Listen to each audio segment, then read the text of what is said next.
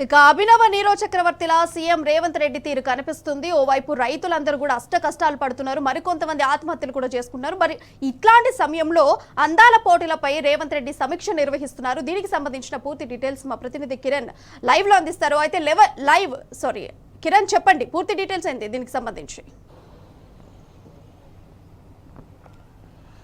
రాష్ట్రంలో రైతాంగం పరిస్థితి దయనీయంగా మారింది. అటు వరి ధాన్యం కొనుగోళ్లు జరగక రాష్ట్రంలో రైతుల పరిస్థితి చాలా దారుణంగా మారిందని చెప్పవచ్చు. ఇప్పటికే రాష్ట్ర ప్రభుత్వం ఎక్కడికెక్కడ రైతుకు సంబంధించినటువంటి ఇటు కళ్ళాల్లో ఉన్నటువంటి వరి ధాన్యం కొనుగోలు చేయకుండా ఎక్కడికక్కడ ఇటు మిస్వాల్డ్ పోటీలపైన సమీక్షలు చేస్తుండడం పట్ల ఇటు రైతులు ఆగ్రహం వ్యక్తం చేస్తున్నారు. ఈ రోజు మధ్యాహ్నం కమాండ్ కంట్రోల్ సెంటర్లో మిస్వాల్డ్ పోటీలు ఏదైతే మే నెలలో జరిగేటువంటి వాటిపైన ముందస్తు చర్యల్లో భాగంగా వాటి సమీక్షలు కూడా సీఎం రేవంత్ రెడ్డి చేపట్టడం పైన రైతులు ఆగ్రహం వ్యక్తం చేస్తున్నారు. ఎక్కడికక్కడ పూర్తి స్థాయిలో రోడ్లపైన ఆ వరి ధాన్యానికి సంబంధించి ఆరిపోసినటువంటి పరిస్థితులున్నాయి. అటు మొక్కజొన్న కావచ్చు, వరి కావచ్చు, ఇవన్నీ కూడా కళ్ళాల్లో మిగిలిపోయినటువంటి పరిస్థితి. అటు మార్కెట్లలో కూడా పెద్ద ఎత్తున ధాన్యం వస్తున్నప్పటికీ కూడా, మొక్కజొన్న వస్తున్నప్పటికీ కూడా వాటి కొనుగోలు చేసేందుకు కూడా కనీసం ఆ సమీక్ష కూడా రాష్ట్ర ప్రభుత్వం వ్యవసాయ శాఖ పైన చేయటం లేదు. ఇక అంతేకాకుండా సీఎం రేవంత్ రెడ్డి ఏదైతే మిస్వాల్డ్ పోటీలకు సంబంధించినటువంటి సమీక్షలు చేయడం పట్ల అటు రైతులు తీవ్ర స్థాయిలో ఆగ్రహం వ్యక్తం చేస్తున్నారు. ఎక్కడికక్కడ కలెక్టరేట్లు కూడా ముట్టడి జరుగుతున్నటువంటి పరిస్థితులు కనబడుతున్నాయి.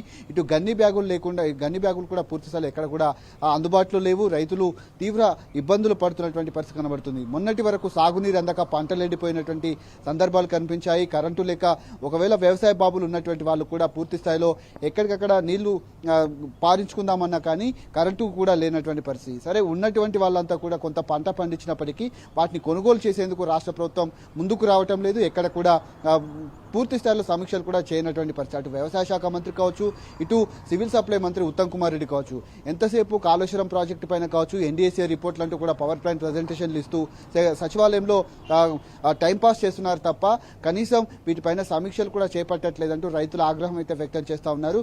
గత ప్రభుత్వాన్ని నిందించినప్పటికీ ప్రతిసారి గత ప్రభుత్వం పైన విమర్శలు గుప్పిస్తున్నారు, అనుమానాలు వ్యక్తం చేస్తున్నారు తప్ప ఈ రైతులకు సంబంధించినటువంటి అంశంలో కనీసం ఒక గంట కాదు అరగంట సేపు కూడా సమీక్షలు కూడా చేపట్టడం లేదు.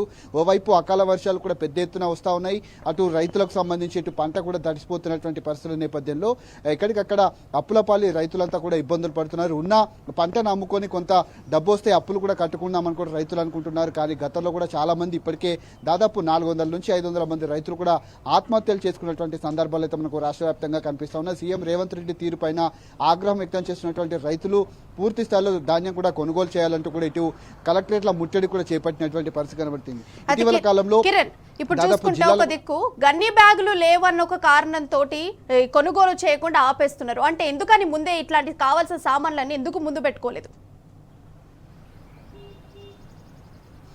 కనీసం సమీక్షలు చేయట్లేదు, గన్ని బ్యాగులు అందుబాటులో ఉంచాలి. గత ప్రభుత్వం అయితే పంట చేతికొచ్చే కంటే ముందే గన్ని బ్యాగులను పూర్తి స్థాయిలో అందుబాటులో ఉంచిన గోడౌన్లలో వాళ్ళందరూ కూడా సప్లై చేయడం జరిగింది. అంతేకాకుండా ధాన్యం కొనుగోలుకు సంబంధించినటువంటి అంశాలు ఐకేపీ సెంటర్లను కూడా ఏర్పాటు చేసి గ్రామాల వారీగా పూర్తి స్థాయిలో కళ్ళాల్లోనే కొనేటువంటి సదుపాయం అయితే కల్పించింది. కానీ ఇప్పుడున్నటువంటి సిచ్యువేషన్లో రాష్ట్ర ప్రభుత్వం కనీసం సమీక్షలు కూడా చేయట్లేదు, ఐకేపీ సెంటర్లను తెరవట్లేదు, అటు మార్కెట్లలోకి వచ్చేటువంటి ధాన్యాన్ని కూడా కొనుగోలు చేయట్లేదు. అంతేకాకుండా రైతులకు ఇస్తామన్నటువంటి బోనస్ను వేసేందుకే రాష్ట్ర ప్రభుత్వం ఇలాంటి చర్యలు చేపడుతుందంటూ కూడా పెద్ద ఎత్తున ఆందోళనలు అయితే వ్యక్తమవుతా ఉన్నాయి. ఖచ్చితంగా సమీక్షలు చేసి ధాన్యాన్ని కొనుగోలు చేయాలంటూ కూడా రైతుల నుంచి కూడా పెద్ద ఎత్తున ఆందోళనలు అయితే వ్యక్తమవుతున్నటువంటి పరిస్థితులు కనబడతా ఉన్నాయి.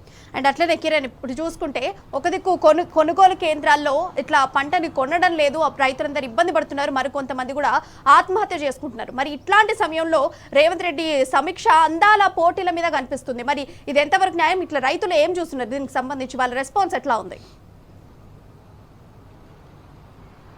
ఖచ్చితంగా కొంత అవగాహన ఉన్నటువంటి రైతులైతే మిస్వాల్డ్ పోటీలపైన సమీక్ష చేస్తున్నటువంటి సీఎం కావచ్చు, ఇటు మంత్రులు కావచ్చు, ఉన్నటువంటి అధికారులు కూడా వాటి మీద ఫోకస్ చేస్తున్నారు తప్ప కనీసం రైతులు ఆగమవుతుంటే, రైతులు ఇబ్బందులు పడుతున్నప్పటికీ కూడా కనీసం వాటిపైన సమీక్షలు చేయట్లేదు, కనీసం కొనుగోలు కేంద్రాలను కూడా ఓపెన్ చేయకుండా ఆదేశాలు కూడా ఇవ్వట్లేదంటూ కూడా పెద్ద ఎత్తున రైతులైతే ఆగ్రహం వ్యక్తం చేసినటువంటి పరిస్థితులు కనబడుతుంది. ఓవైపు రైతు బంధు రావట్లేదు, రైతు రుణమాఫీ కూడా పూర్తి స్థాయిలో కాకపోవడంతో ఇబ్బందులు పడుతున్నాము, కనీసం పండించినటువంటి మా సొంతంగా పండించిన సంబంధించినటువంటి పంటను కూడా కొనుగోలు చేయట్లేదంటూ కూడా రైతులు ఆగ్రహం వ్యక్తం చేసినటువంటి నేపథ్యంలో పలు అంశాలు కూడా వాళ్ళు కీలకంగా లేవనెత్తుతున్నారు. ఏదైతే రైతుకు సంబంధించినటువంటి వరి బోనస్ ఏదైతే ఉందో 500 రూపాయల బోనస్ ఇవ్వాలంటూ కూడా పెద్ద ఎత్తున ఆందోళన జరిగాయి. గతంలో రైతు బోనస్ వేశామంటూ చెప్పింది, కానీ ప్రస్తుతం రైతు బోనస్ ఇవ్వాల్సి వస్తుందని దానిపైన మాట దాటేసేటువంటి ధోరణిలో వాళ్ళంతా కూడా ఉన్నారు. ఖచ్చితంగా సీఎం రేవంత్ రెడ్డి కావచ్చు, సంబంధిత శాఖ మంత్రి ఉత్తమ్ కుమార్ రెడ్డి వీళ్ళంతా కూడా సమీక్ష చేసి ఖచ్చితంగా వీటిని కొనుగోలు చేయాలంటూ కూడా వాళ్ళంతా కూడా పెద్ద ఎత్తున డిమాండ్ చేసినటువంటి పరిస్థితులు కనబడతా ఉన్నాయి. ఇప్పటికైనా రాష్ట్ర ప్రభుత్వం దీనిపైన ఏ విధంగా స్పందిస్తుందనేది మాత్రం మనం వేచి చూడాలి. ఎందుకంటే మిస్ వరల్డ్ పోటీలు వచ్చే నెలలో ఉన్నాయి, దాని మీదే ప్రధానంగా ఫోకస్ పెట్టింది. 200 కోట్లు ఖర్చు పెడుతున్నామంటూ కూడా గొప్పలు చెప్పుకుంటూ దానిపైన ఏదైతే సమీక్షలు చేస్తున్నారు తప్ప రైతులకు సంబంధించినటువంటి కనీసం అవగాహన లేకుండా రాష్ట్ర ప్రభుత్వం వ్యవహరిస్తున్నటువంటి తీరు పట్ల ఇటు రైతులైతే ఆగ్రహం వ్యక్తం చేసినటువంటి దృశ్యాలు అయితే మనకు రాష్ట్ర వ్యాప్తంగా కనిపిస్తా ఉన్నాయి. అండ్ కిరణ్, ఒక దిక్కు చూసుకుంటే రైతులందరూ కూడా కొంతమంది ఆత్మహత్య చేసుకుంటున్నారు, మరి కొంతమంది కొనుగోలు కేంద్రం దగ్గర పడిగాపులు కాస్తున్నారు, మరి కొంతమంది ఇక వీళ్ళు కొనరు అని చెప్పేసి దళారులకు అమ్ముకొని నష్టపోతున్నారు కూడా. మరి ఇవన్నిటికీ కారణం ఎవరు? రైతులు ఎట్లా స్పందిస్తున్నారు దీనికి సంబంధించి?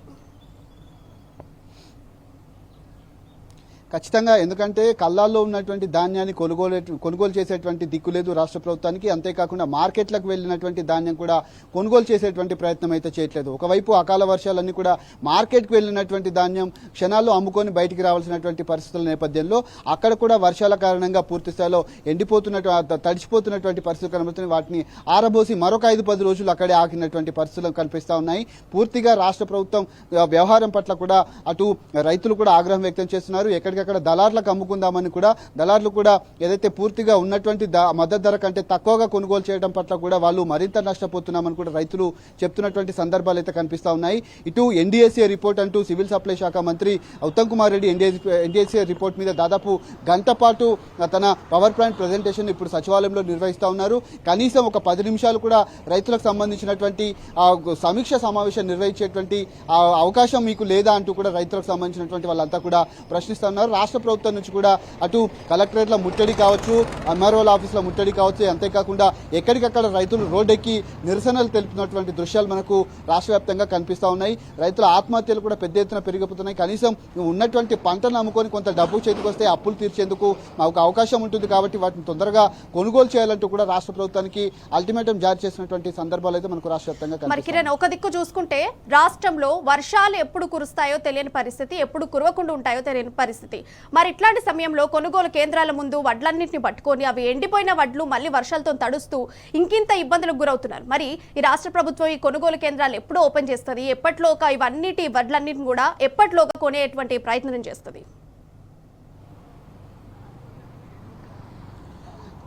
రాష్ట్ర ప్రభుత్వానికి ఇప్పటి వరకు కూడా క్లారిటీ లేదు. వచ్చినటువంటి వరి ధాన్యాన్ని కొనుగోలు చేసేటువంటి అవకాశం అయితే మనకు ఇప్పట్లో మనకైతే కనిపించట్లేదు. ఎందుకంటే పూర్తి స్థాయిలో అటు మార్కెట్లలోకి వెళ్ళినటువంటి ధాన్యం అంతా కూడా తడిసి ముద్దవుతోంది. అటు కళ్ళాల్లో అకాల వర్షాలకు పూర్తి స్థాయిలో ఉన్నటువంటి వరి పంట కూడా ఎక్కువ మొత్తంలో తీవ్ర నష్టాన్ని అయితే రైతులకు మిగిల్చింది. అంతేకాకుండా చేతికి వచ్చినటువంటి పంట కనీసం అమ్ముకునేటువంటి అవకాశం లేదు. వాటిని కొనేటువంటి అవకాశం కూడా రాష్ట్ర ప్రభుత్వం చేయట్లేదంటూ కూడా చెప్తా ఉన్నారు.